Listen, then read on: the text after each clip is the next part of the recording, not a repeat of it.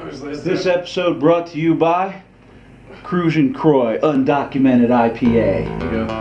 Originally from Redwood City, California. Yeah, this ain't on. I don't know if you want to do that. That's your job, man. I just got here. Recut. This episode sponsored by Cruisin' Croy Undocumented IPA. Originally from Redwood City, California. Now migrating to the cold, crisp air of Colorado. Colorado. That's why I am drinking Colorado mountain water right now. Here you go. All right. What? Oh, I got two things. I'm going to talk about this right now, but That is the chocolate stout. Man, I must have a mixed case. enjoy it. Thought it was going to be my red ale. That's good stuff. That is good. All right, so I'm seeing on like all over Instagram and Twitter, Google, World War III draft, whatever. Okay. Trump attacked someone in Iran. People died. Iraq. What do you know about that, Mr. Government? I happen to have a buddy. Oh, who, yeah? Who is an operator. I know who you're talking about, but Right. yeah. So he actually just put out a piece on how they're kind of, this general was behind, the general that they took out. Turns out his hideout was at the airport, of course, hiding amongst civilians, right? Classy. And so this dude's super eloquent and when he writes these things. So I'm butchering half the stuff that he'll say. So this general, though, in Iraq was, in cahoots with that organization. And so through them, they conducted all kinds of nasty acts. So his point was, now that, because they stormed the embassy in Iraq. Hezbollah. Yeah. Mm-hmm. Well, no, the Iranians. The Iranians. Sorry, I'm getting this mixed up. Iraq. We're probably going to redo this so I can figure out what the hell I'm talking about. We can save it till you research and tomorrow have some notes. Where would I see that? Let's see. About, what else was I gonna talk about? I don't know. Oh, I already forgot my other Dear things. Iran, I'm not Obama. That's from Trump. That's That's a meme. Oh man. Okay, so he goes, all right, so let me read you this. What percent is that beer there? 7. All right, so I won't say his name. I don't have permission to repeat his stuff. I'm sure he's got his own website. Huh. Says just stop whining. He should start a podcast. Go ahead. Oh, this guy? Yeah. Operator. Oh, you're probably right. Yeah. He's got a good look too. When you see this guy, I know. Yeah. I remember. and his buddy did a hand. Drawing him. Mm-hmm. Like a cartoon characterization. Yeah. Looks pretty awesome. And it says, to stop the whining and live huge. Quote, hard times make for hard men. Soft times make, a lot of weak bitches we see flopping around in our streets today. Joe Rogan. He quoted Joe Rogan. How about that? So then he goes, update to previous post. Reports are now emerging out of the region that Soleimani was targeted while driving in a vehicle convoy shortly after leaving Baghdad airport. This would denote a probable Reaper or Predator drone strike, and mentioned here simply in the interest of clarity and the dispersal of accurate intel. This guy's always talking the military speak. Yeah. See if he has his post, the earlier one. Weather report today for Baghdad and surrounding area, -49 and partly cloudy. -49? 0% chance of precipitation and 50% chance of AGM-114 Hellfire missiles raining down occasionally. Gotcha. This is oh man. Okay, so here's his. I'll read you his first one. So Okay. While you were sleeping, a targeted airstrike killed Iranian General Qasem Soleimani at his HQ at Baghdad airport. As the head of the Quds force, as well as the entire Iran Revolutionary Guard Corps, he was the commander of virtually all of the proxy war efforts against both Sunni Muslim and U.S. interests in the entire region, not just the Iraqi AO. This assertive kinetic response by Trump is a remarkable departure from the norm that the mullahs have enjoyed while previously acting with impunity, even being behind many hundreds of targeted killings of U.S. servicemen for over a decade. The mullahs have declared 3 days of mourning in Iran, thus making it impossible for the regime not to act in retaliation so as not to appear weak to its populace. The Iranians have an extensive reach globally, particularly through its main proxy terrorist arm of Hezbollah. It is too early at this point to judge the level of response, but previously Hezbollah has blown up Israeli embassies overseas with truck bombs, as well as U.S. interests and personnel. Perhaps most alarmingly, the Iranians have strategic asymmetrical assets that can attack international shipping interests, particularly oil and natural gas. At the 3 concentrated choke points that surround the Arabian Peninsula, they are the Strait of Hormuz, the Bab el-Mandab, and of course the Suez Canal. Should the Iranians choose to strategically attack international commerce in this manner, it would affect the global economy in profoundly detrimental ways and assuredly drag other nation states into the fray. Stand by. I don't think I understood anything. He speaks. Can you put that in layman's terms, or So these guys attacked our embassy okay? and were threatening to kill and do all that sort of stuff. Yeah. So we flew in, and now his second report saying they probably did it with a Predator drone, right? Okay. We didn't actually put men on the ground to do Yeah. anything. Took him out while he was in a convoy. So, as a result of that, he's suggesting that because of his ties with Hezbollah, Hezbollah will now begin to potentially ramp up its terrorists' attacks. And then he pointed out some of those key points, which, the Suez Canal and our shipping lanes for oil. I don't know what that third one was necessarily, but if they start blowing up tankers, they'll disrupt the oil. Now, truth is, we're now independent. We don't rely on imported oil now that we're drilling in Alaska and doing all that shale stuff. So we still buy it for trade purposes, but we've got enough reserves that we would survive and wouldn't be too big of an impact. But the rest of the world would be hating it. Right? Okay. So, yeah, I don't know. I mean, I'm just seeing a lot. I'm mostly through the form of memes. People talking about World War III. People like me when I see the draft letter for World War III, and it's just like a video of them sprinting down the street or something. But, yeah, I don't know. I don't know what's the deal. I don't even know if when I signed up for FAFSA and like loans and stuff, you got to also sign up for the draft. I mean, by law, as soon as you turned 18, you registered. Yeah. But I don't know what the eligibility things are for the draft. I know it's like if you wear glasses, you can't get drafted or something like that. Or these days you're colorblind. I don't know. I got half a colon. I might be able to work that angle. Yeah. Yeah. I don't know. There's been no real talk about a draft for obviously since the Vietnam era. Were you ever eligible for a draft? Like, were you?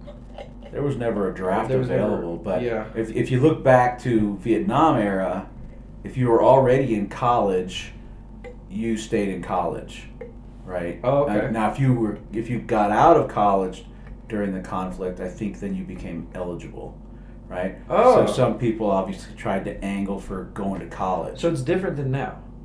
So back, it was like if you weren't in college, you could go to war, but if you were in college, you just till you finished college, and if the war was still going. That's my understanding. Okay, because now it's like if you are in college, you're eligible to just take it. Well, right? the truth is, everybody's eligible. It's just Right. I think how they go. We got criteria. So let's say everybody that's not in college but is of 18 to 25. Is that it? I thought it was like 30 something. I don't know. Well, everybody who's 18 to 25, Yeah. not in school, not married, right? These kind of things. Boom, you're first to get your draft notice, right? Mm. Then it's potentially not in college, age 35 or whatever, up to 35. That'd be the second month. So if you fulfilled the draft quota with everybody from 18 to 25 who wasn't in college, then you don't need to draft any more people, right?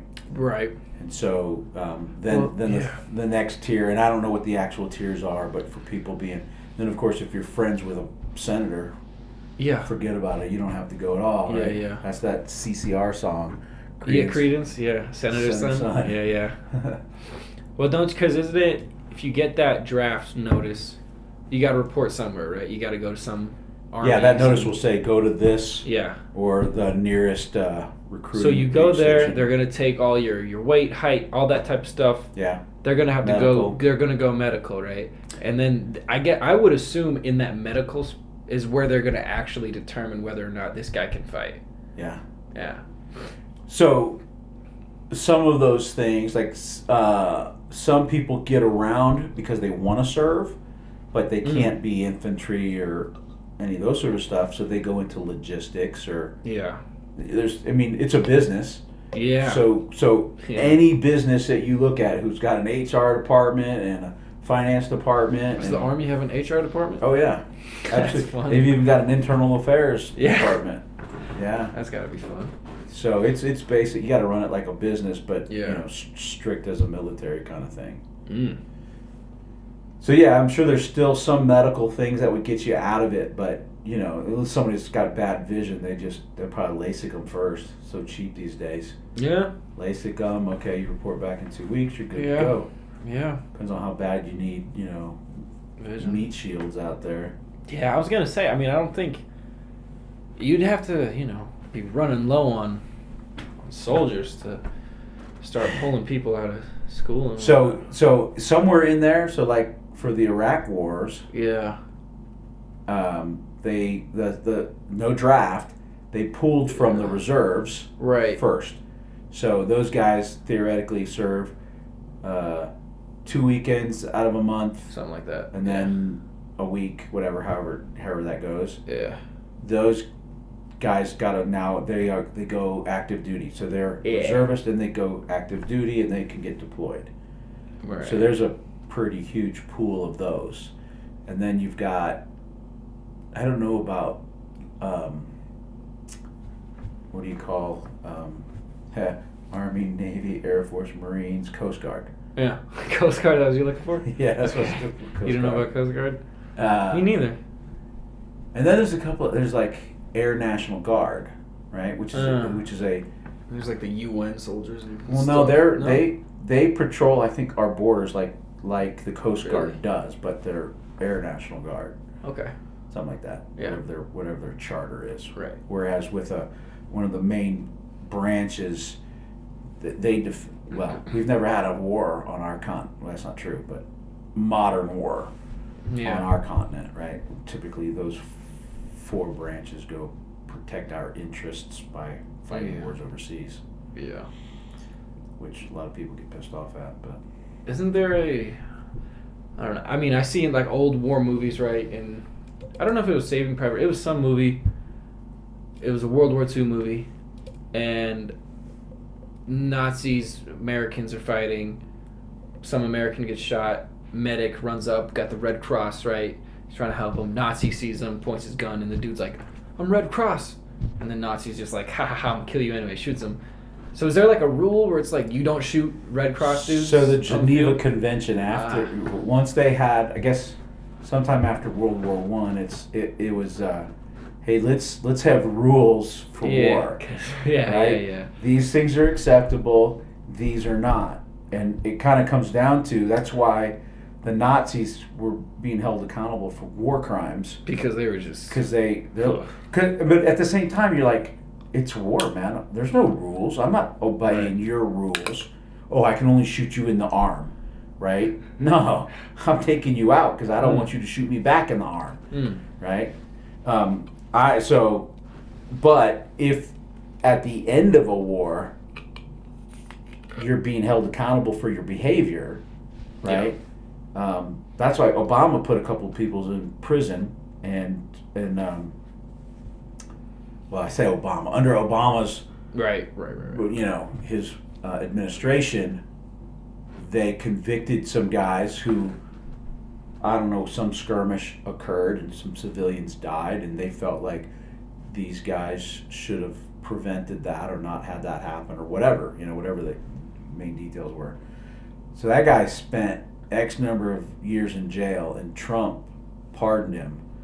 Oh, that's who was... Okay, yeah. He's like, he was doing his duty as a soldier. Wait, I think I know who you're talking about.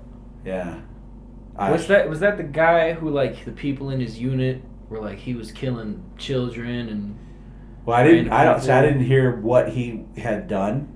Yeah, I read a couple things where they were like, he was just killing anybody, and the people in his unit were like, so we should shoot this guy. Like, there's certainly people like that Yeah. that should be held accountable for war crimes. right. When children for sure, right?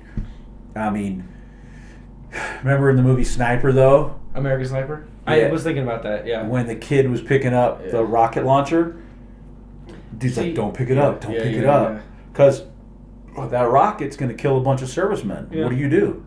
You know what? I think in war, I don't want to die. That's a tough decision. Dude, yeah, what that Right? scene was... my heart I was can't even like, get it out of my mouth what I would God. do. Yeah. Yeah. That was harsh. But thinking, like, all the stuff I heard about him, I don't know what's true, I don't know what's not, but it made me think of that show on Amazon, Generation Kill. Yeah. There was that, like, one captain or whatever, that officer who was just an idiot and was just shooting whoever, and he, like, stole an AK, and he was like, I killed a terrorist, and they were like, this is like a wife and kid, what are you talking about, And he was just getting commended by the higher-ups, were like, you're doing your duty, but all the other guys were like, this guy's a psychopath, he's an idiot. He just wanted to kill. Yeah. That's a tough one because... It's a good show, though. Generation Kill, that was a good show. Yeah, it was. Yeah, it was a great show. I loved when they were taking the driver. Rip fuel? Yeah, yeah. just like what was it, going- rip fuel? Yeah. Just hitting that stuff. He's like amped. Yeah. That was fun, man. That was a fun show. That was good. That was they did a good. They kind of.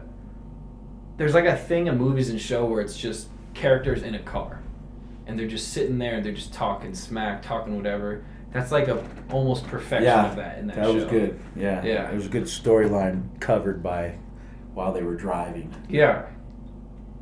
Yeah. Sometimes they would just. One of the sing a scenes. song. There's two scenes that stick out the most for me. They're not dramatic, but the one is when he's drinking that strawberry shake. The driver on the rip fuel, and he's got strawberry shake. Oh, he was enjoying that thing, drinking it out of the bag, kind of thing. Right. That one just implanted, and then, after going all these skirmishes, they're driving down the road and they're passing an overpass. Yeah. And there's a guy. I don't even know where they were. On Iraqi, let's say. Because it was Desert Storm, or no? Yeah, I think so. I think and he was under the overpass, and the guy on the passenger side saw him at the last minute. Yeah. And went, pow, pow. Yeah. Just took Did him. Did it show it through the night vision, or was it just? No, it was during the day. Okay. But it was like, we're going to the mall. Oh, bad guy. Pow, pow. Yeah. Yeah. I don't know why that one sticks in my head, but that's a good show. I think I watched through it twice. I Oh, watched really? it once when you told me, and then like a year later I watched it again. Oh, I should probably watch it again. Yeah. You'll notice more stuff. Yeah. Yeah, but no. I don't think there's going to be a draft, but I'm kind of far from it. If there was going to be, I think this guy would probably have a beat on it. But we're getting closer and closer to.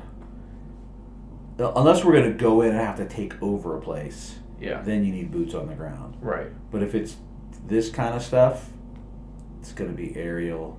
Yeah. Kind of stuff. Yeah. So it'll be a long time before they figure out. Yeah, and people keep saying World War III, but it's just us and the Iran, Iraq, just us messing with each other. Like, it's not World War III. It's just unless out of nowhere Russia was like, we're in this too. Well, to his point, let's say they take out a shipping lane that's providing oil to China or Japan. Dude, and now they're like, yeah. We need to protect our interests. So we need to go back. We need to join in on this thing. Now, we got to stop America from, taunting them so they can stop this stuff. Or they're like, we need to go over there and take control of this shipping lane. And so now they're in the war, right? And now, of course, if Japan were to do that, then China will have to decide what side they're on. But China can get their oil from Russia, right? So they wouldn't be affected. So they would just be brought in because another ally of the U.S. has had to join in, right? So now that's where all the politics start to spin things up. Yeah. And get kind of ugly. If you if there was, God forbid, another full-blown, to the scale of World War II, World War, you think we would come out on top again? Or do you, I don't know, you think other places, they got places, got stuff up their sleeves. Who do you think would be on our side? I mean, I guess it would have to be why the war started, right? Yeah, if we just sort of leapfrogged all of those politics, how it started and what happened. I think to the point where I want to say if North America, including Canada, were threatened by an invasion of a identifiable country, not like insurgents or that kind of thing. So an identifiable country that has now waged a war on us, we'd probably drop something on them. Drop something on them? You mean bomb or drop something as in some type of techno ruin? Okay. Ooh. We would drop a nuke. Wow. If they threatened the homeland. But if we drop a nuke, they're just gonna drop a nuke on us, no? No, so that is really, now you've hit it, right? That's sort of the precipice of nuclear war, mutually assured destruction. Yeah. So in order to come out on top of that notion, you got to be the first person to drop it, to launch it, right? Okay. So if that country was a nuclear country and was threatening, now we're at that point. Who's going to fire first?